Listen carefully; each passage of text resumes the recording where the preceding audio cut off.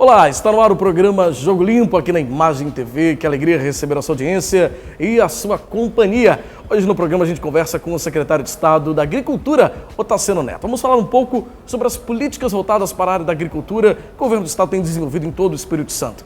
Não sai daí, a gente já está no ar.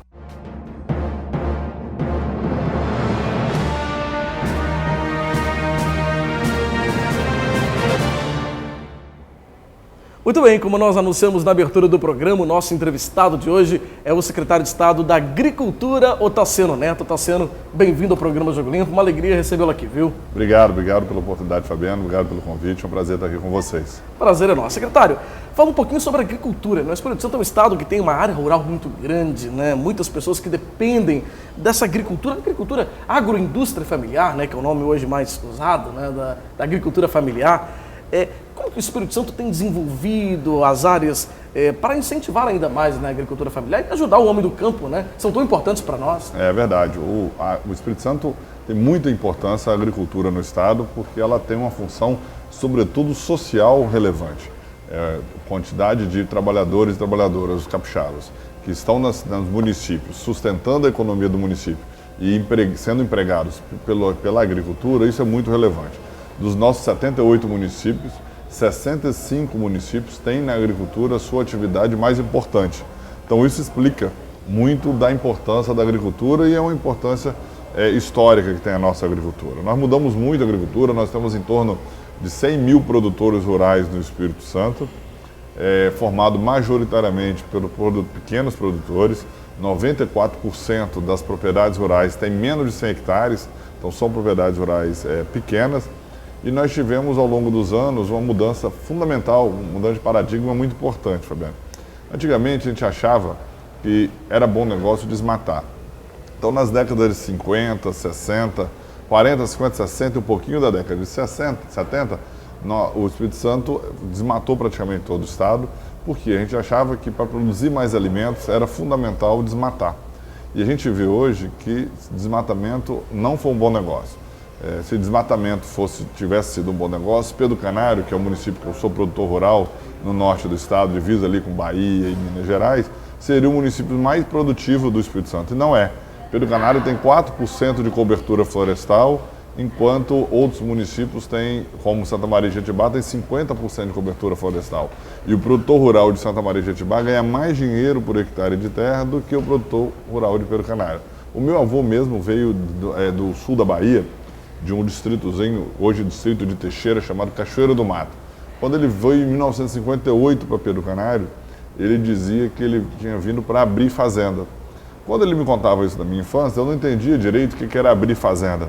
E abrir fazenda, naquela época, de 1958, era desmatar, porque era o melhor negócio da época, era o que era possível fazer na época. Então, durante alguns anos, nós fizemos a aposta de, para produzir mais alimentos, precisamos desmatar. E não adianta jogar pedra no passado. Meu avô fez isso, como um conjunto de pais e avós fizeram isso, mas era a única forma que tinha de sobrevivência naquela época. Mas depois da década de 70, nós tivemos uma mudança estrutural na agricultura do Espírito Santo.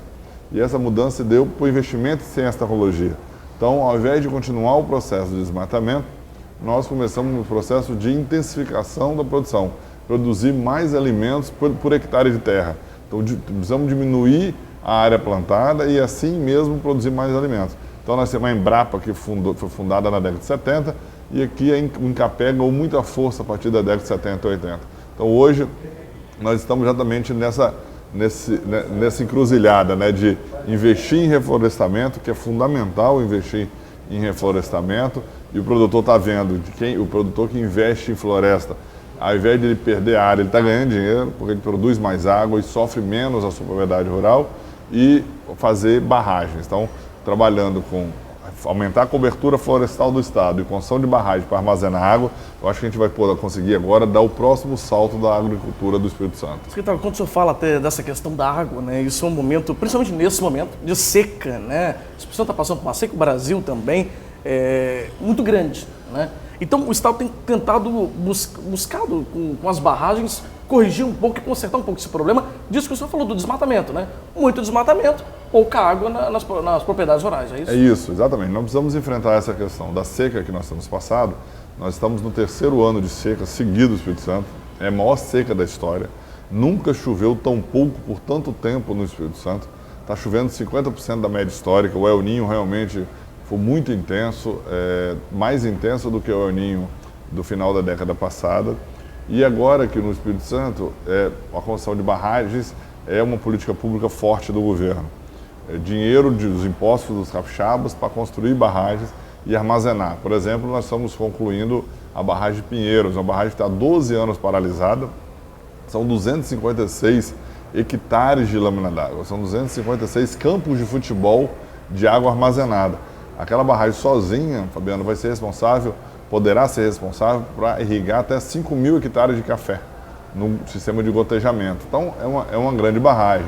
Mas nós vamos fazendo barragens em todo o estado do Espírito Santo, mas as políticas públicas não são apenas de construção de barragens, por mais que a gente faça, serão 90 milhões de reais investidos até 2018. O governador Paulo Artung definiu isso num plano plurianual, e a Assembleia Legislativa aprovou 90 milhões de reais em construção de barragens, mas a política pública é mais completa. Por exemplo, nós estamos fazendo cursos de 40 horas, que é um curso longo, de segunda a sexta, das 8 às 6 da tarde, para engenheiros civis, agrônomos e agrícolas. Estamos qualificando os nossos engenheiros. Até o final do ano, vamos ter 450 engenheiros qualificados no Espírito Santo, engenheiros dedicados à construção de barragens. Nós precisamos formar no Espírito Santo um conjunto de profissionais que tenham capacidade de fazer projetos, de entender de recursos hídricos. Isso é importante porque o governo não vai dar conta de fazer barragem em todos os lugares. Ele tem uma limitação orçamentária que são esses 90 milhões. Mas se um produtor rural quiser fazer, ele vai ter. Hoje ele não encontra profissionais à vontade para a construção de barragem no Espírito Santo, para fazer projeto. E agora ele vai passar a ter. Então estamos qualificando 450 engenheiros. E uma outra frente é o processo de simplificação. Nós precisamos simplificar a vida do produtor rural. Antigamente era impossível licenciar barragem. Era mais negócio fazer de forma irregular, e a grande maioria dos produtores faziam, e era a única forma que tinha, não adianta criticar, que era a única forma que tinha, e agora está muito fácil. O governador Paulo Artung editou 2 decretos facilitando a construção de barragens. Vou dar um exemplo para você, nosso telespectador. Em 2013, foram licenciadas 70 barragens no Espírito Santo, apenas 70 barragens foram licenciadas. O ano passado foram licenciadas 1.500 barragens. Nós demos um salto de 70 em 2013 para 1.500 no ano passado. O produtor está fazendo mais barragens? Está, mas está muito mais fácil fazer barragem. Barragens de até 1 hectare de lâmina d'água, por exemplo, essas barragens conseguem ser licenciadas na hora no IDAF. Vale a pena procurar o IDAF. Então, como eu disse, a CESAM tem feito outros projetos, como a barragem do Rio Jucu, para construir. Há um conjunto de políticas públicas que elas juntas vão ajudar a gente a estar muito mais preparado para enfrentar as próximas secas, os próximos momentos difíceis do que a gente esteve preparado enquanto produtor rural nessa seca. Tá certo. Secretário, a gente vai por um rápido intervalo. Já a gente volta. Vamos continuar conversando um pouquinho sobre as políticas na área da agricultura aqui no Estado, pensando nos outros blocos. O programa hoje é inteiro com o secretário de Estado da Agricultura, Otaciano Neto. A gente vai para um rápido intervalo e já a gente volta. Não sai daí não.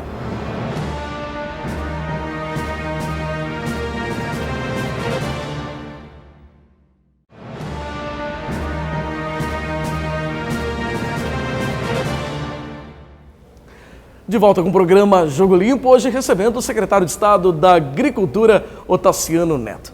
Secretário, um programa recente que o governo do Estado lançou, e que a ideia é facilitar um pouco mais a vida do homem do campo, desburocratizar mais a vida do homem do campo, é o Rural Mais Fácil. Como que funciona esse programa? O Rural Mais Fácil é um conjunto de iniciativas que tem o foco exatamente o que você disse, o foco para facilitar a vida do produtor. Essa agenda ambiental, que é fundamental para o país, entrou nos últimos anos, e essa entrada da agenda ambiental, junto com ela, entrou uma burocracia sem necessidade. A gente tem que preservar os recursos naturais, mas não é em função da preservação de recursos naturais que nós precisamos criar um conjunto de burocracias que só dificulta a vida do produtor. Como eu disse no bloco anterior, imagine barragens, Antigamente, em 2013, o Estado licenciou 70 barragens. O ano passado, o Estado licenciou, o governo do Estado, através do IDAF, 1.500 barragens. A segurança está garantida, nós estamos fazendo barragem igual a gente fazia, está preservando a área ambiental igual a gente fazia, mas a burocracia impedia, o produtor fazia a barragem irregular. Então, a burocracia não necessariamente garante a preservação ambiental, é o contrário. Então, nós estamos agora com um conjunto de iniciativas para facilitar a vida do produtor rural. Então, esse foi um exemplo de facilitar barragem, como eu disse no bloco anterior, mas também eu vou dar um outro exemplo de inspeção animal. O que é inspeção animal? Toda a carne que a gente consome nas nossas casas, ela é abatida num frigorífico. Esse frigorífico pode ser de serviço de inspeção municipal, estadual e federal. Nos frigoríficos de inspeção estadual, quem faz a fiscalização, a inspeção, são os servidores do IDAF, médicos veterinários, que olham se aquela carne, aquela carcaça daquele animal está ou não em condições de ser consumida pela população. E isso faz com que tenham várias anomalias. Vou dar um exemplo num frigorífico Zucoloto, um frigorífico aqui no município de Viana, bem pertinho. Ele abate suíno e manda a carcaça de suíno para supermercados em Linhares e Pedro Canário. Quando chega a carcaça lá, o animal abatido na noite, no dia anterior, fica refrigerado e de manhã o funcionário do IDAF tem que ir lá liberar essa carga. Quando ele chega lá, o funcionário do IDAF chega às 7 horas. Até a carga sair do frigorífico, vai sair 8h30, 9 horas. Então essa carcaça vai chegar no supermercado lá em São Mateus para ser consumida por nosso consumidor a parte da tarde. Mas a forte da venda de carne suína é a parte da manhã. Então o frigorífico acaba perdendo venda em função disso. Esse trâmite burocrático aí, da burocracia pelo horário do servidor público. Agora nós terceirizamos, nós concedemos a iniciativa privada, então nos próximos 2 meses vai ser feito pela iniciativa privada por empresas altamente capacitadas do Brasil que estão se credenciando conosco. Então o que vai acontecer, Fabiano? Hoje a gente tem que esperar o dono do frigorífico esperar o funcionário do IDAF chegar. Agora ele vai poder contratar um veterinário dessa empresa para chegar lá 2 da manhã. Se ele tem o preço de tabela, tem a garantia, ele vai chegar 2 da manhã. Chegando 2 da manhã, ele vai liberar a carga dele 3 horas, vai chegar no mercado de São Mateus 8, 9 horas, ele vai conseguir vender naquele dia. Então facilita muito a vida do produtor rural, e nesse caso eu duvido da agroindústria, do industrial capixaba, e, por exemplo, na questão, outro exemplo é a questão do café. O secador de café. Hoje o servidor o funcionário faz o processo de licenciamento, escreve um ART e vai no IDAF e protocola. O funcionário do IDAF tem que olhar novamente se aquele ART, se aquele processo está feito de forma adequada ou não. Não valoriza o ART de um colega registrado no CREA. Então, nós estamos dando mais peso para os ARTs, para os responsáveis técnicos, do que ele disser, do que ele registrar, a gente pega como verdade e faz um monitoramento aleatório dos processos. Quem fez coisa errada vai pagar com a ART dele, com o CREA dele. Assim, um jornalista que tem um comportamento não ético, ele sai fora do mercado. Um engenheiro que tem um comportamento inadequado vai sair fora do mercado. Exatamente. A gente precisa acreditar mais nas pessoas, nos profissionais. Então há um conjunto de iniciativas de facilitar a agroindústria no Espírito Santo. Então um conjunto de iniciativas relevantes para facilitar a vida do produtor. Se tem uma coisa que o produtor não precisa é burocracia para atrapalhar a vida dele. E muito interessante quando a gente fala de facilitar a vida do campo, né, secretário, é que a gente até comentava sobre isso que antes de iniciar o bloco, que o homem do campo, ele é tão importante para o homem da cidade que às vezes ele o homem da cidade não se dá conta, né? Com o alimento que está na mesa dele, né? Que o leite, como a gente estava falando, as frutas, os legumes, verduras, enfim. Sem o homem do campo não teria nada disso na mesa dele. Teria, e também hoje nessa crise hídrica, a água, né? Não existe água que não seja produzida dentro de propriedade rural. Nós temos 100 mil propriedades rurais no Espírito Santo. Cada gota de água que a gente usa é produzida na propriedade rural. Ela é exclusivamente produzida nas fazendas. Então é fundamental. A água do cidadão da serra, o morador da serra que está tomando agora, ou tomando banho na hora do almoço, essa água foi produzida na propriedade rural. Então todo o alimento que a gente consome, boa parte da roupa que a gente utiliza, tem origem nas propriedades rurais, com matéria-prima produzida nas propriedades rurais, e alimento que a gente consome. Então a gente tem feito um trabalho de fortalecimento da imagem do produtor.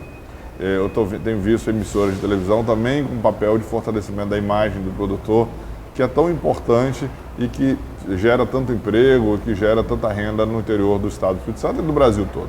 Outro programa interessante, secretário, que a gente estava falando, comentava aqui agora há pouco, é a questão de você facilitar também a pesquisa, né? Você incentivar a pesquisa para também buscar novas formas de desenvolver a área rural, não é isso? Isso, eu disse do bloco anterior sobre a mudança de paradigma que teve na década de 70. Antes da década de 70 a gente queria produzir mais alimentos, a gente desmatava. Com o fortalecimento das empresas de pesquisa, como Incapé, Embrapa, nós diminuímos isso nos últimos anos. Então, o ano passado nós resolvemos lançar um edital de pesquisa, que foi o maior edital de pesquisa lançado no Brasil ano passado. Foram 14 milhões de reais num robusto edital. Nenhuma outra área, nenhum outro instituto do Brasil lançou um edital desse. Para quê? Para fazer pesquisas na área da agropecuária. Eu vou dar um exemplo de uma das linhas de pesquisa do mamão, por exemplo. A turma nossa do mamão, no PDAG 3, que é o nosso Planejamento Estratégico de Agropecuária, reclamou que estava perdendo em mercado internacional porque o mamão, para outras frutas, porque o mamão estava com um pouco doce. Estava com baixo teor de sacarose, com BRICS baixo. Então nós colocamos num edital de pesquisa, as prioridades dele foi para a gente poder desenvolver variedades com mamão mais doce. Então é dinheiro dos impostos dos capixabas para desenvolver essas variedades, para fortalecer arranjos produtivos fundamentais para o desenvolvimento do interior. Como tem uma das linhas de pesquisa é o fortalecimento da integração entre pecuária e floresta. A gente conversou um pouquinho sobre a baixa cobertura florestal no Espírito Santo. A gente precisa ampliar a cobertura florestal e é possível conciliar duas linhas de uma determinada madeira, seja de eucalipto, seja de pino, seja de qualquer outra variedade, com gado, leite, gado de corte, dá um espaço e mais duas linhas. Ou seja, integrar pecuária. É bom para o gado, por causa melhora o clima, é bom para o produtor rural, que é uma atividade a mais dentro da sua propriedade rural e não perde a produção de gado. E é fundamental para a produção de água e fundamental para ampliar a cobertura florestal no Espírito Santo. Então, esse trabalho a gente está avançando bem. O bacana é que quando você pesquisa, né, quando o produtor ele aumenta a pesquisa, ele acaba ganhando mais, né, ele favorece ao meio ambiente, favorece a produção, enfim, tudo sai ganhando, né? Todo sai ganhando. Todo mundo sai ganhando. Por isso que a gente colocou de pé esse edital alinhado com o que o produtor quer. Não adianta colocar edital somente com o que o pesquisador quer. Porque tem pesquisador que gosta de determinada área que não é estratégica para o Estado do Espírito Santo. Por exemplo, não adianta nada a gente pesquisar sobre lixia. Por mais importante que lixias possa ser importante em algumas regiões, não é importante no Espírito Santo. Então a gente colocar dinheiro em lixia não gera nada para o Estado. Então tem que pesquisar, que é importante, por isso que a gente conectou esse edital com as demandas vindo dos próprios produtores rurais. Nossa, secretário, a gente vai para mais um rápido intervalo, vamos continuar conversando no bloco seguinte sobre mais assuntos da agricultura aqui do Espírito Santo. Não sai daí, a gente já volta com o programa Jogo Limpo.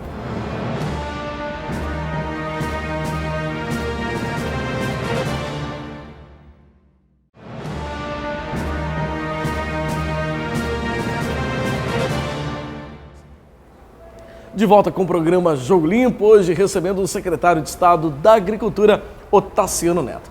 Secretário, outra área, né, que a Secretaria tem atuado é na questão de fortalecimento das cooperativas. As cooperativas acabam trabalhando aí o produtor rural e ele fica mais forte, né? Os produtores se fortalecem quando estão juntos, é isso? Exatamente. O cooperativismo é importante no Espírito Santo. Nós temos algumas áreas do cooperativismo que estão bombando, só olhar o Cicobi, né? Como que a cooperativa de crédito fortaleceu, como a cooperativa de saúde fortaleceu, o caso das Unimed no Espírito Santo, que é líder de mercado no estado. E nós temos as nossas cooperativas, outro ramo chamado cooperativas agropecuárias. São cooperativas super tradicionais, cooperativa com mais de 50 anos, em alguns casos. Veneza é um bom exemplo em Nova Venécia, Celita é um ótimo exemplo em Cachoeiro do Itapemirim, tem a Copeave, tem diversas outras cooperativas Cocafé aqui no estado. O que nós resolvemos fazer? Eu acredito muito em investimento em gestão. Acredito que uma boa gestão dá resultado. Então nós resolvemos, por exemplo, ao invés de entregar um trator para a cooperativa, ao invés de entregar um caminhão para a cooperativa, nós resolvemos apostar na gestão. Então nós contratamos, Fabiana, a Fundação Dom Cabral. A Fundação Dom Cabral tem um programa chamado Programa de Excelência, PAEX. O PAEX da Dom Cabral é um programa de 36 meses. Esses 36 meses custa 12 mil por mês. E nós convidamos 10 cooperativas para entrar. O governo pagou um pedaço. A OCB, que é a Organização das Cooperativas do Brasil, pagou outro pedaço. E as próprias cooperativas estão pagando outro pedaço desse valor mensal para gestão, para investir na melhoria de gestão. Então foi feito planejamento estratégico, tem feito um acompanhamento e as cooperativas estão dando saltos absurdos de gestão com esse trabalho, absurdamente bons, neste caso, pelo esse trabalho. E é impressionante que das 10 cooperativas, todas elas continuam conosco. Elas estão fortes, estão aumentando o faturamento, estão contratando mais gente. Por que é importante investir na cooperativa? Se a Veneza se torna uma cooperativa mais eficiente ainda, se ela se fortalece, ela está fortalecendo o produtor rural, porque a cooperativa é formada por produtores rurais. Cooperativa de médica é formada por médicos. Cooperativa de agropecuária é formada por produtores rurais. Não tem nenhum não produtor rural que seja sócio de uma cooperativa agropecuária.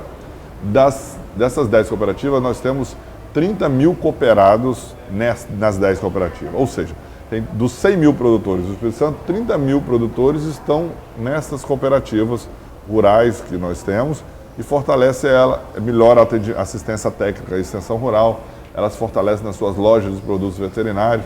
Então, por isso que a gente resolveu contratar o melhor programa de gestão empresarial do Brasil, que é o PAEX, que é o 4º melhor programa de gestão empresarial do mundo, para fortalecer as nossas cooperativas. E agora nós estamos ampliando para as indústrias. Nós estamos colocando dentro desse programa 15 indústrias, para fortalecer a indústria. Uma indústria forte é um produtor forte. A agroindústria só sobrevive com o produtor junto. Vou dar um exemplo, uma indústria importante é a Frisa. A Frisa abate animais aqui no Espírito Santo, tem frigorífico na Nuca, mas também tem em Colatina. A Cofrio em Atila Viváqua, a Damari no município de Montanha, a Mafrical aqui no município de Cariacica. São indústrias que compram produtos dos nossos produtores, como matéria-prima, compra porco, compra leite, compra ovinos, nosso carneiro, compra boi dos nossos produtores rurais e transforma esse produto para levar para a mesa do consumidor. Então nós estamos agora ampliando o PAEX para 10 cooperativas e para mais 15 indústrias, vão ser 25 empresas do Espírito Santo com um investimento direto do governo em melhoria de gestão. Ou seja, melhorando a gestão, você fortalece as cooperativas e atende melhor, né, esse produtor rural. Ou seja, o produtor rural ele tem mais um incentivo também, é isso? Mais um incentivo, igual ele tem a assistência técnica do Incapé, mas a assistência técnica do Incapé não dá conta de toda a assistência técnica do que nós temos no Espírito Santo. A gente cumpre um pedaço dessa assistência técnica, que é o acompanhamento, né, para que o nosso telespectador possa saber. O que é assistência técnica de extensão rural? É o acompanhamento de um profissional na propriedade rural. Se ele é produtor de leite, é um veterinário que vai lá ensinar ele a melhorar a produção de leite. Ou um agrônomo que vai lá trabalhar com as melhor cultivar para ele plantar, para dar alimento para os animais. Então, o Incapé, que é o nosso órgão de pesquisa e assistência técnica, dá conta de um pedaço da assistência técnica. Tem muitos outros produtores que não têm assistência técnica. E como é que a gente faz para corrigir isso? A gente fortalece as cooperativas que elas vão cumprir esse papel. Na área, o senhor estava comentando comigo, na área do milho, né, na questão da exportação do milho, é isso? A importação do milho. Importação. O Brasil é um grande produtor de milho e o preço do milho explodiu nos últimos meses. Cresceu muito. Então, uma forma que a gente fez para incentivar o milho chegar mais barato no Espírito Santo foi acabar, o governador Paulo Arthur mandou um projeto de lei para a Assembleia, que foi aprovado por unanimidade, acabar com o ICMS do milho. Era 12%, hoje é 0%. Então está chegando agora neste mês um navio de milho, são 25 mil toneladas de milho e até o final do ano vão chegar de 6 a 8 navios de milho aqui no Espírito Santo e esses navios vão trazer milho mais barato. Milho mais barato para quê? Milho mais barato para a nossa avicultura de postura. O Santa Maria de Jetibá é o segundo maior produtor de ovos do Brasil, é muito forte, então precisa chegar milho mais barato. Milho mais barato para a nossa avicultura comercial. Nós temos algumas boas empresas comerciais de venda de frango no Espírito Santo. Tem a Proteinorte, que é a marca Aqui Frango em Linhares. Tem a Uniaves em Castelo. Nós temos a Oi Frango em Marechal Floriano. Nós temos a Cajori no município de Vila Velha. Chegando o milho mais barato, fica mais barato o custo dessas indústrias e é mais barato o frango na mesa do consumidor para chegar. Temos suíno, a mesma coisa. Então, o governador zerou o ICMS, esse milho está chegando, esse milho é fundamental para garantir a alimentação dos nossos animais e vai ter preço mais competitivo para chegar na ponta lá depois para o nosso consumidor final comprar no supermercado. Secretário, outro ponto interessante, né, que a gente também conversava aqui anteriormente, antes da gente começar o bloco, sobre o FUNSAF, que isso é um fundo, não é isso, de recursos? Isso, é o Fundo da Agricultura Familiar. Como funcionava anteriormente? Tem o orçamento público, né? o governador manda a peça orçamentária para a Assembleia Legislativa e a Assembleia Legislativa aprova ou não, ou faz os ajustes, dizendo, olha, a Secretaria de Agricultura tem tantos mil reais, tantos milhões de reais para investir, tantos milhões de reais para investir com despesa dos funcionários, para custeio, né, que é gasolina, telefone, aluguel de veículos. E como funcionava a doação de máquinas e equipamentos para as associações? Era discricionária do secretário. Então, se estava lá no orçamento, eu teria R$1 milhão, por exemplo, né, para escolher se aquela máquina, um trator ou um galpão, vai para a associação A, para a associação B ou C, ia de acordo com meu conhecimento, com meus interesses. Agora nós mudamos isso. Assim, agora nós empoderamos a racionalidade, empoderamos o desejo das cooperativas de poder, associações, disputar as vagas. Então, vai ser no ranking, são as melhores notas. Qualquer associação apresenta projeto, uma parceria nossa com o BNDES, e os melhores projetos são escolhidos. Não importa se o melhor projeto é de amigo, de inimigo, não tem inimigo nenhum, mas é só para exemplificar, de uma pessoa que a gente gosta, é um aliado político ou não aliado político. É uma coisa Isso não neutra, é importante. Né? É neutro, é a associação que vai nos melhores projetos, nós estamos fortalecendo a meritocracia. Não importa se é aliado ou não aliado, importa se o projeto é bom e se vai fazer bem para a sociedade. Tá certo, secretário. Olha, quero te agradecer muito, nosso tempo já encerrou, né? Mas quero te agradecer por ter aceito nosso convite, ter vindo aqui ao programa Jogo Limpo, falar para os nossos telespectadores, conversar um pouquinho sobre os programas na área rural, né? Que favorecem aí ao produtor rural do Espírito Santo, né? E o senhor tem sido muito elogiado. Desde já quero parabenizá-lo, porque a gente roda às vezes o Estado e muitos municípios. O senhor tem sido muito elogiado pela sua conduta, pela sua postura e a sua atuação na Secretaria. Obrigado pela oportunidade. Um abraço a todos os telespectadores. Tendo outra oportunidade, pode me convidar que eu estou de volta aqui. Já adorei. foi o convite, volte mais vezes aqui no programa. Abraço, Um grande abraço, obrigado. Abraço, Fabiano, tudo de bom. E a gente encerra aqui o programa Jogo Limpo de hoje, agradecendo a sua audiência e a sua companhia, e lembrando que o nosso programa inédito é exibido todas as quartas-feiras, às 7h30 da noite, aqui na Imagem TV, com 2 reprises diárias, às 11h30 da manhã e 7h30 da noite. Lembrando também que você pode assistir pela internet. Se não quiser assistir pela TV, assiste na internet. O endereço é imagem.tv.br/ao vivo. Até semana que vem, no nosso próximo programa Jogo Limpo. Tchau, tchau.